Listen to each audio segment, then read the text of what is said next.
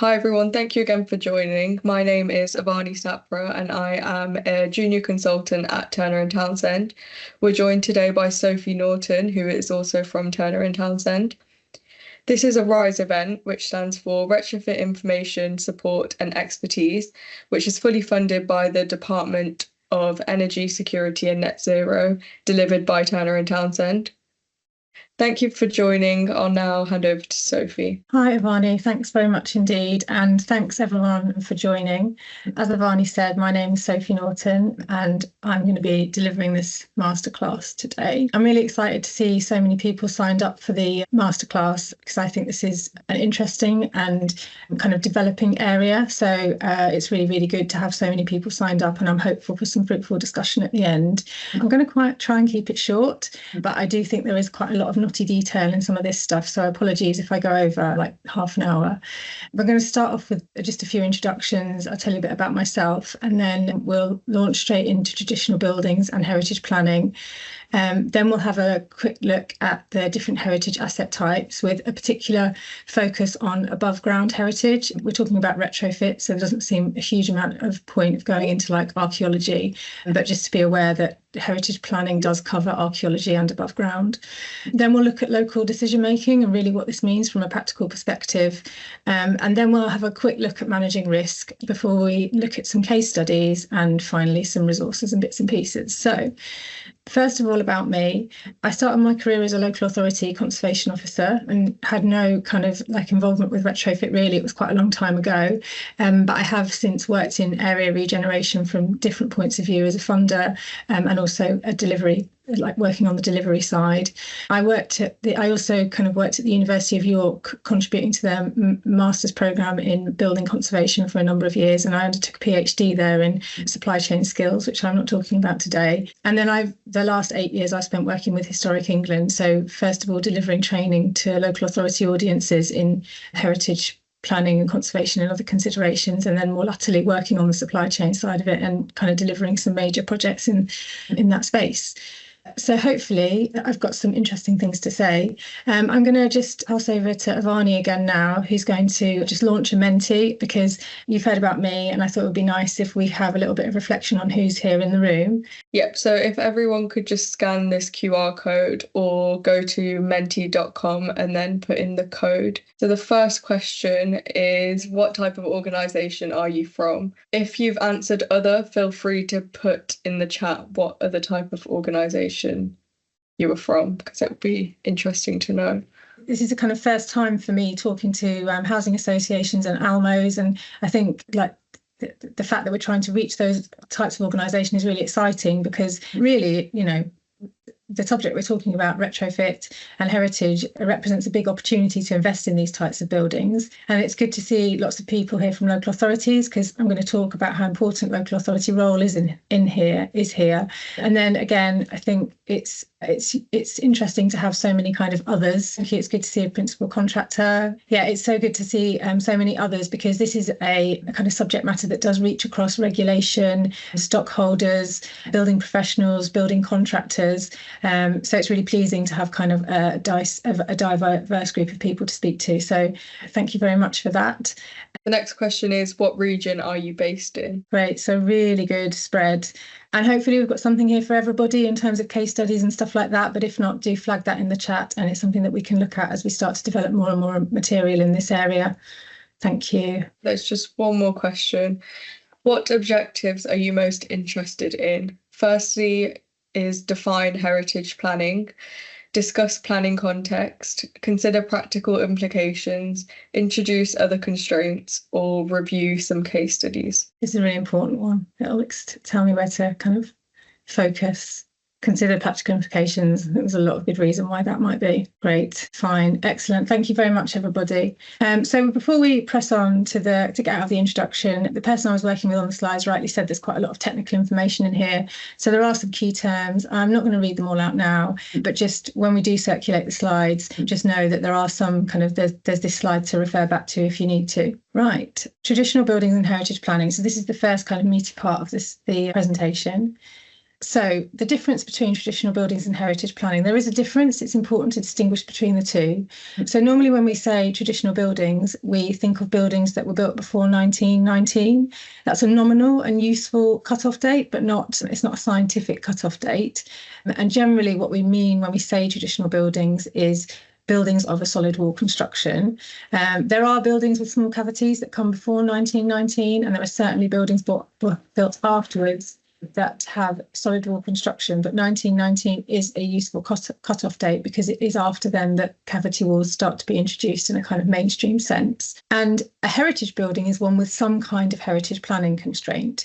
And so not all traditional buildings are protected by any stretch of the imagination.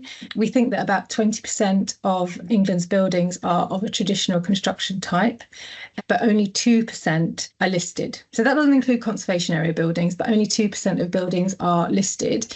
And the big majority of listed buildings are of traditional construction, but there are some that are included that are not. So I've just included a kind of picture of Lloyd's of London, which when it was listed, probably about 20 years ago now, it was the youngest building ever listed. And obviously there is nothing really very traditional about the construction of Lloyd's of London. So do be aware that traditional buildings and heritage planning, when people use those terms, they do mean different things. And today we are going to dwell on heritage planning. So this is the key heritage planning framework. And I've got a few questions throughout just to kind of maintain everyone's interest a little bit. So the planning system, it starts off at the top level. We have legislation, which is published by government periodically. Then we have policy, and we're using the National Planning Policy Framework at the moment, again published by government.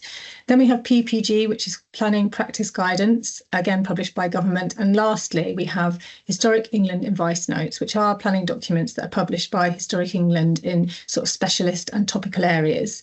And there's very recently, within the last month, published one on climate change adaptation, which we will have a look at in some depth in a bit.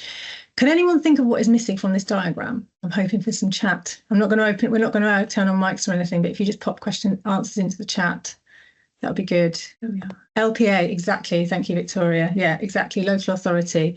So yeah, it's not articulated in the national guidance brilliantly, but the local planning authority has a huge role to play here. And we'll come back to that in a little bit. Thank you, everybody that said that. So these are the key pieces of legislation. So first of all, everyone here that works in local planning and local authorities will know that the General Permitted Development Order kind of is the thing that gives permitted development rights to most householders. I should say here we are talking quite a lot about domestic retrofit as well. So it gives permitted development to most householders. So most people who don't live in a heritage protected building are able to change their windows, change their doors, change their roof covering without particular planning permission. But there is one aspect of the General Permitted Development Order that local authorities can use to protect heritage significance. We'll come back to that. So we have this kind of overarching context of people being able to do quite a lot of stuff with their own houses. And then gradually, through different types of legislation, those permitted development rights are taken away. So I've put in here the next one, which is the Ancient Monuments and Archaeological Areas Act of 1979. Now, I said I wouldn't dwell on archaeology, and I'm not going to, but this is the act that makes provision for scheduled ancient monuments. And sometimes scheduled ancient monuments cover above ground, very old buildings. So things like York Minster are part of a scheduling. Lots of our abbeys are part of a scheduling. So it's important to be aware that some above ground buildings are scheduled, often as well as listed. And then after that, we have the really important one, which is the Planning and Listed Buildings and Conservation Areas Act of 1990. Thank you, Statutory Consultant. Sorry, I've just seen that comment. Planning, Listed Buildings and Conservation Areas Act of 1990. And that is the act that gives provision for Historic England, the government and local authorities to designate heritage. And then we have the Historic Buildings and Ancient Monuments Act. Isn't something I've used much in my career. I don't come across it very often, but it does give provision for Historic England to designate historic registered parks and gardens, and they're considered a designation as well, and often include above ground assets like park lodges and stuff like that. And then finally, we have the Enterprise and Regulatory Reform Act, which is much newer than all the others, apart from the GDPO, which is kind of, it's slightly different, but is useful in this context, and we'll come back to it in a little bit. So policy, there is a lot to say on policy. That's the next tier down, if you kind of think back to that diagram, and it tells us how to manage heritage but really importantly, in relation to all the other planning considerations. And there are lots and lots of different sections to the NPPF, and it covers things like housing supply, economic growth, as well, alongside trying to conserve heritage and landscape. It does give a lot of weight to the protection of heritage in it. So throughout the NPPF, it uses the terms great weight, significant weight, and substantial weight. And generally speaking, I think most people interpret that as great weight being the highest, significant weight being the next, and substantial weight being the next one down. And great weight is only really given to 5 things, and heritage assets is one of conserving heritage assets is one of them. And at the moment, support for energy efficiency and low carbon heating improvements to existing buildings is only given significant weight. I don't know if that will change, but that is where we are at the moment. So remember that when local authorities are making decisions about heritage assets, that is the context that they're working in. And yeah, it's just to say really that in the NPPF, there is a lot of emphasis on protecting the significance of heritage assets, and the way that local authorities are sort of guided to do that is by trying to understand what is significant about the heritage asset and then making assessment of how considerable any harm will be. They're sort of instructed to try and avoid substantial harm and accept harm only when there is some sort of public benefit. So it's a massive balancing act all the time. And I do want to make the point that this process of understanding significance and trying to mitigate harm to significance is quite new in kind of building conservation terms. So in the 1990 Act, there's not really any mention of significant. The 1990 Act is quite out of date now, and there's a really good reason why it wasn't updated when about 25 years ago. But yeah, the 1990 Act asked local authorities to conserve and enhance character and appearance, so quite specific around the way things looked. And now we're in a situation where we have to try and conserve significance, which is quite different. And there is a framework for trying to understand significance and some methodologies out there, but there isn't really a prescriptive way of doing it. So we will have a look at that in a little bit. So the NPPF is really important, and I would advise anybody who hasn't to go and have a quick look at it to think about those different aims that are in it. Then we also have the planning practice guidance notes, but they kind of cement, I suppose, a lot of what is in the NPPF, and they're not hugely referred to from a heritage planning specific perspective. They're sometimes referred to in an AONB context, an area of outstanding natural beauty context, but in a heritage planning specific context, they're not always referred to that much. So I'm going to jump straight on to the Historic England Advice Notes. I think there are about 20, and like I said, they've just really recently published one on adapting historic buildings for energy and carbon efficiency, but there are others that are really useful in this context on conservation areas, heritage assets, making statements of heritage significance, and listed building consent. And then there's also really good ones on embedding heritage considerations into local planning policy, because we've already said that LPA layer in the legislative diagram is really important. So there's some on historic environment and site allocations, setting up listed building partnership agreement, we'll come back to that, a local listed building consent order, how to locally heritage list, and neighbourhood planning in the historic environment. So I think that's pretty much all I had to say on the heritage planning context, the planning context. And now we're going to have a look at some heritage asset types. So there are 6 main above ground heritage asset types. So we've already said scheduled monuments, listed buildings, conservation areas, locally listed buildings, I've mentioned registered parks and gardens, and World Heritage Sites. Now I've put a picture here of Fountains Abbey in North Yorkshire. It's one of my favourite places in the world. And I just wondered if anybody else had any designated heritage assets they could think of that they wanted to drop into the chat, please. I'll give you a few minutes. I do have a real reason for asking you to do this. Saltaire, thank you. The World Heritage Site, lots of listed buildings. I'm not sure if it's a conservation area or not, it could be. Cromford, I haven't come across Cromford before. Maybe put a bit more detail about that. Is it a mill? Oh, it's a mill in Derbyshire, isn't it? No, I have come across it. Again, in a World Heritage Site, I think. Correct me if I'm wrong. So, yeah, the Royal Crescent in Bath, fantastic. We've got a lot of World Heritage Site representation here. I think the Royal Crescent is in the World Heritage Site in Bath. Brilliant, thank you, everybody. So, yeah, and the reason I've asked you to do that is because hopefully these are places that means something to everybody here. And if that's the case, it's a good illustration of the fact that heritage is a finite resource. That's why we protect it. And we have been doing so in the public interest since 1877. So there is a really good reason why we protect heritage. And it's important to remember all of that when we think about heritage planning as a constraint or something that needs to be jumped over. There's a really good reason for why we do it. And we have been doing it really well for quite a long time. And I think often they're not just significant. I think what that move that I described earlier from character appearance to significance sort of illustrates is that they're not just, we don't now see them as just being protected for an academic reason. We see them as being protected because they matter to people, everybody, and they're often very significant to the people that live in them and work in them. And I think that's quite important to kind of recognise. So firstly, scheduled ancient monument, I'm just going to go through the asset type, who it's designated by, how it's managed, and other considerations. So here, scheduled monuments are designated by the Department for Digital Culture, Media, Sport, and usually on the advice of Historic England. The consent system is managed by Historic England. So if you happen to live in a scheduled ancient monument, and people do, I think people live in the Tower of London, but people live in ones that are less well known as well, then you would have to apply to Historic England for scheduled monument consent to make a change.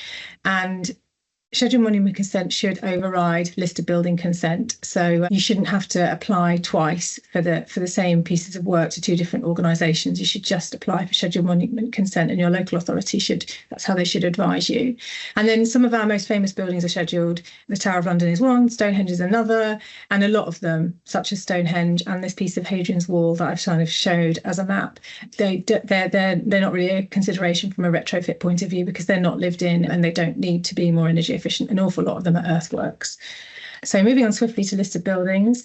Listed buildings are designated by, I think actually they're designated by the Department for Digital Culture, Media and Sport, but again on the advice of Historic England. But here there's a twin system really of looking after these buildings. So they're designated on the advice of Historic England, but their consent is managed by the local authority. And Historic England sometimes advises the local authority. So Historic England is the statutory consultee on, and we've had that term already used in the chat, on grade 1 and grade 2 star listed buildings. And they can intervene on grade 2 buildings as well. And they often do when it comes to demolition. And Historic England are one of just, I think, 6 or 7 consultees that have that same privilege, right, if you like, in the Act. And the others are amenity societies like the Society for the Protection of the Ancient Buildings, I think the Victorian Society, maybe the Georgian Group, and they can all comment on those highly graded listed buildings and ones that involve demolition of a grade 2 listed building. They don't always, but they can. And that amenity society system of having statutory consultees that are not part of government, I think is quite unique to Britain, or maybe England. And other considerations that apply to listed buildings, that listing can apply to the whole building. So quite often you might hear people say, oh, it only protects the front of the building.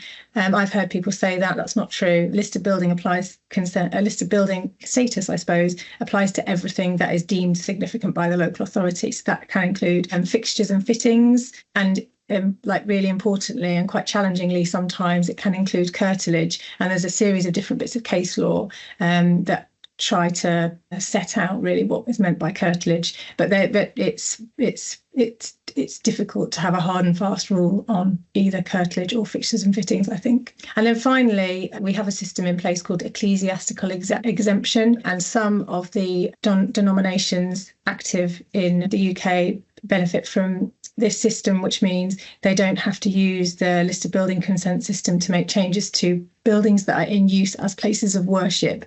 And in order to be exempt, they have to set up their own system. And that doesn't apply to the rest of the buildings in their stock usually. So I've shown this image of Wells Cathedral, who they've just made public that they are benefiting from some grant funding from the Heritage Fund to do some work on the cathedral itself and some of the buildings around the cathedral. And my imagination tells me that they will have to get listed building consent for the buildings around the cathedral, but for the cathedral itself, for any works that are changing the character, they will go through what is called a faculty system. But that shouldn't be it's not probably not that relevant to everybody here, but it's just kind of to know that that exists. I've then included a picture, which isn't a brilliant picture, but it's a development in York called the Chocolate Works, and the centrepiece of that development is the 1930 built offices of the Terry's chocolate factory, and well, the offices and the factory, and that was the Terry's left the site in 2006, I think, and that's now been changed into a massive development site and has been reused as flats and kind of mixed-use development quite successfully. There's a lot of information on the council's website about the detail of their consent and stuff. And then finally, the last two pictures, which are bookended of the other two, which is a bit awkward, and apologies for that, is a building called 1 to 9 Thede Street.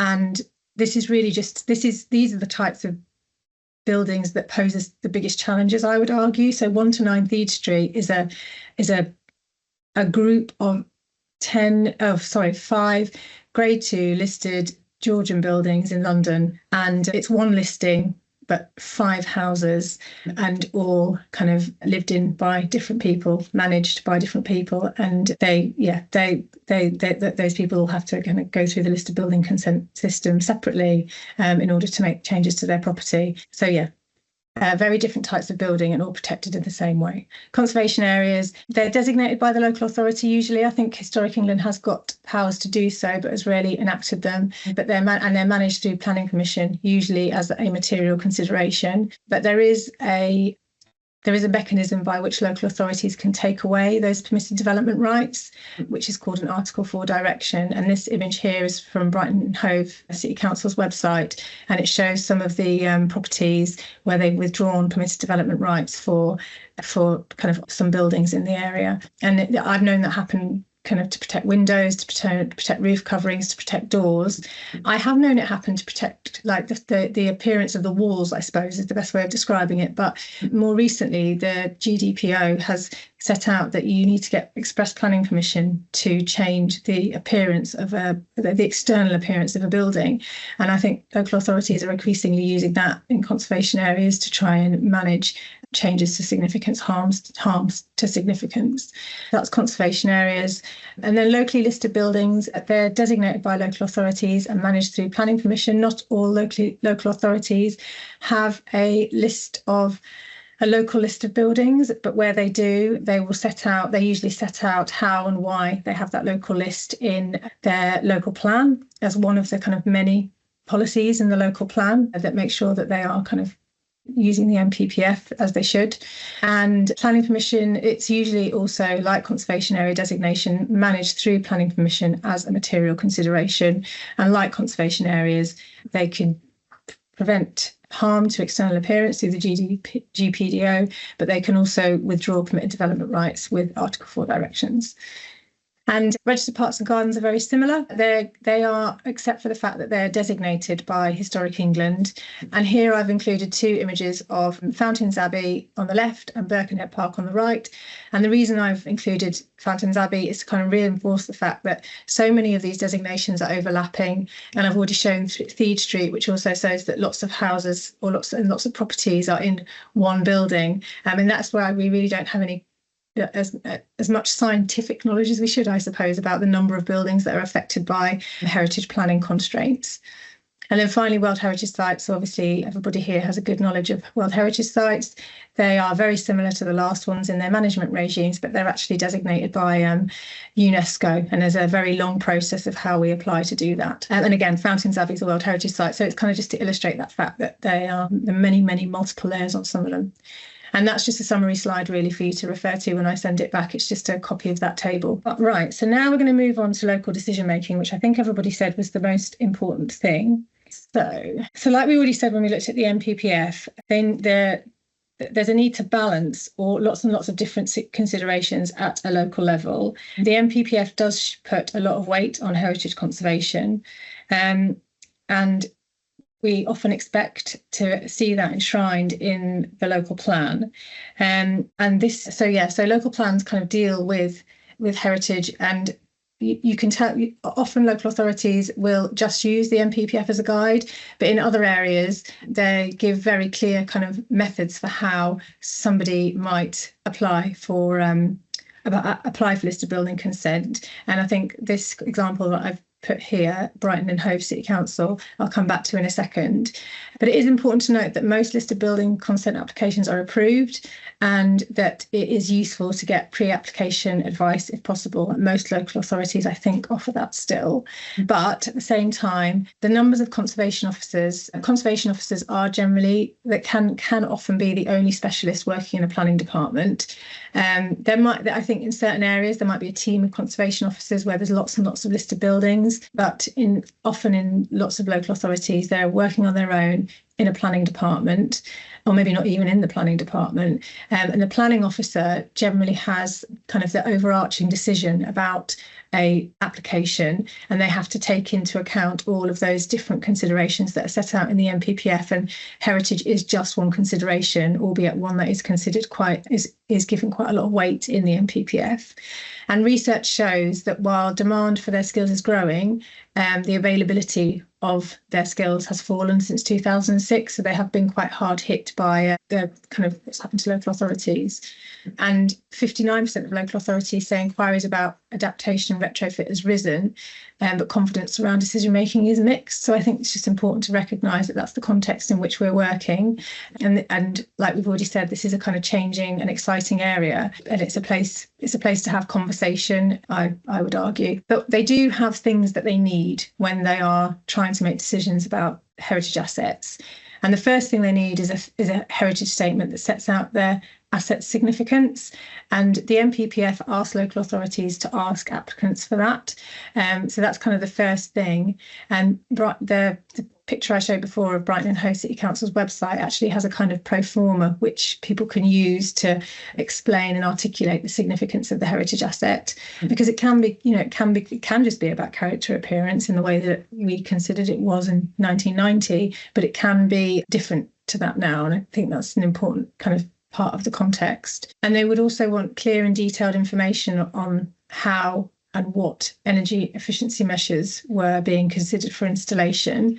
And then finally, to make that balancing act, and I think this is the most difficult area, but to make that balancing act where they are thinking about kind of sustainability alongside heritage that the NPPF asked them to do, they kind of need evidence of carbon savings. And that is a tricky and developing area. And the two links that I provided there are research projects where these different organisations are trying to do slightly different things. So Ecospheric is working with Wirral Council and the University of Liverpool School of Architecture to develop a retrofit methodology for listed buildings. And it has involved a literature review of heritage preservation and development of guidance for retrofit best practice. And then Catapult is doing a project called Homes for Net Zero, and that is involving practical research through recruitment and monitoring of 1,000 homes, coupled with qualitative and quantitative research methods. And they will focus on the ones that are complex to decarbonise, notably owner-occupied, solid-walled, gas-heated homes. And what they want to do is understand major consumer barriers for taking action on certain measures, in particular, and trying to provide evidence for some of the measures that we don't really know as much about how much impact they have on a kind of from a carbon perspective. So things like draft proofing, loft insulation, and improving heating and changing behaviour, because all of these things kind of lack real world evidence. I think a lot of people working in building physics would argue. So it is a developing area. I think that's important to say. And I would, if you are working in this context and it's of interest to you, then just keep an eye out on the research as it comes forward, because there is a lot of stuff that's active. And then finally, on local decision making, let's get a jump back to local decision making. Apologies for that. I said right at the very beginning that the Enterprise and Regulatory Reform Act had made some useful developments in this area, and that act basically gave local authorities and others the opportunity to get blanket permissions for certain things, and there are some examples of here. So probably the most well cited one is the Royal Borough of Kensington and Chelsea, which provided a blanket permission for solar panels on, I think it was grade 2 listed buildings, on certain elevations of grade 2 listed buildings in their borough, using a local listed building consent order, so very much led by the local authority and given to people that lived in certain houses for certain works on certain elevations. But then slightly differently is a heritage protection agreement, which might be useful in a social housing context, if you have a big old grade 2 listed building that's been converted into lots of like social housing units, I don't think this has been used massively, but this example is from Stowe Marie's Aerodrome, where they worked with the local authority to get blanket permission for lots of the kind of ongoing repair and maintenance works that they had to do to these buildings, so they didn't have to keep getting like individual listed building consent. So there's a similar outcome, but they're kind of led by different organisations and have a slightly different reach in terms of ownership, I suppose. And then finally, kind of managing risk. So everything we've talked about so far has been about managing heritage significance. And I think sometimes the work that we do to manage heritage significance gets conflated with the stuff that we do to managing risk to older buildings. So generally, most people advocate a whole house approach to older buildings because the single measure approach that has been used in some retrofit works has had quite damaging effects on older buildings. Thank you, Neil. Yes, I would agree on that sometimes in some cases. So generally, some of the single measure works that we've done to older buildings where we have installed things and not considered how they might impact the things around them, the building elements around them, has been quite catastrophic. And I think most people on this call or in this course will be aware of of what happened at Fishwick in Preston, where EWI was installed and it created quite bad effects on those houses. So but there are, and the HEAM adaptation that was just published, it does talk about the performance of heritage buildings and the fact that they're breathable rather than built like modern buildings, and that we can change the performance, that by installing some of these measures, we can harm the performance of those buildings negatively. And I think that is a really, really valid point, but I'm not sure it's something that is managed through the heritage protection system terribly well. And we have other mechanisms by which we manage that stuff. And that is the building regulations, the British standards past 2035. And I'm sure some of you were on the call 2 weeks ago that I chaired with John Edwards, who gave quite a lot of depth in this sort of space. But yeah, we do have these other kind of legislative mechanisms by which we make sure that works to all types of building, but there is special provisions for heritage buildings and traditional buildings in these cases, that risk to them can be mitigated. And applying that framework, there are lots of examples now of past 2035 compliance in traditional buildings. I was at Housing 2034 a few weeks ago, and there were several housing associations talking about works that they'd done and installing EWI on the rear and sides of traditional buildings, but not ones that were in a heritage planning context. And I think we do have fewer uses of past 2035 in a heritage planning context. And generally, the case studies I kind of have heard of about kind of solar panels on modern buildings and conservation areas and things like that. So it would be interesting to know in the chat if any of you have experience of either of these things, and particularly of heritage of past 2035 being applied in a heritage planning context. And now very finally, some case studies for me to whistle through. So this is Walksburn Old Church. It's a locally listed building that was built in the 1870s. So just to bear in mind, it's locally listed. So it was designated by the local authority and is managed by the local authority through planning permission. It has been worked on by Ecospheric, that organisation that I said were doing the research with Liverpool University. And they are trying to achieve a very high standard of energy efficiency in this building. And they will be repairing and retaining historic features such as stained glass windows and timbers. And that, those works did achieve planning permission, and now they have achieved a very, very high standard of energy efficiency, although outside of the past 2035 context. Now, this is an example of a local listed building consent order that isn't as off-cited as the Royal Borough of Kensington and Chelsea, and it's older, and it's in a place where there is an awful lot of evidence around of what existed beforehand, and I think that is kind of helpful. But this local listed building consent order gives blanket permission works to keep a lot of the properties in Port Sunlight significant. But importantly, on one of the schedules, it includes a provision for double glazed units where the window itself is deemed not original or not significant, or to be kind of harming the significance of the building, not contributing to the building's significance. And I think that's important. So not only can you give permission for things in these blanket permissions, which I think for some in heritage world could be a bit like, a bit off-putting, I suppose, you can say only certain windows based on the significance can receive these changes. So I think that's a really good example. And then finally, this is just an example of how times are changing. One of my slides has been taken away, which is not great. But yeah, so before this, I had a picture of a building called Clifton Home in York, which is it's a residential property with a coach house, which is about 2 miles away from the city centre. It's Grade 2 listed, and about 15 years ago, the owners installed solar PVs on all the buildings that made up their house, and the local authority took enforcement action and asked them to remove the ones on the main house. And I think now, fast forward 15 years, or maybe it's 12, this most recent case study is of the refectory in York, which is managed and owned by York Minster, who have really kind of cleverly used neighbourhood planning provision to set out their ambition for the Minster estate. And they've managed to get solar panels permitted on this Grade 2 listed building, which is right by the Minster.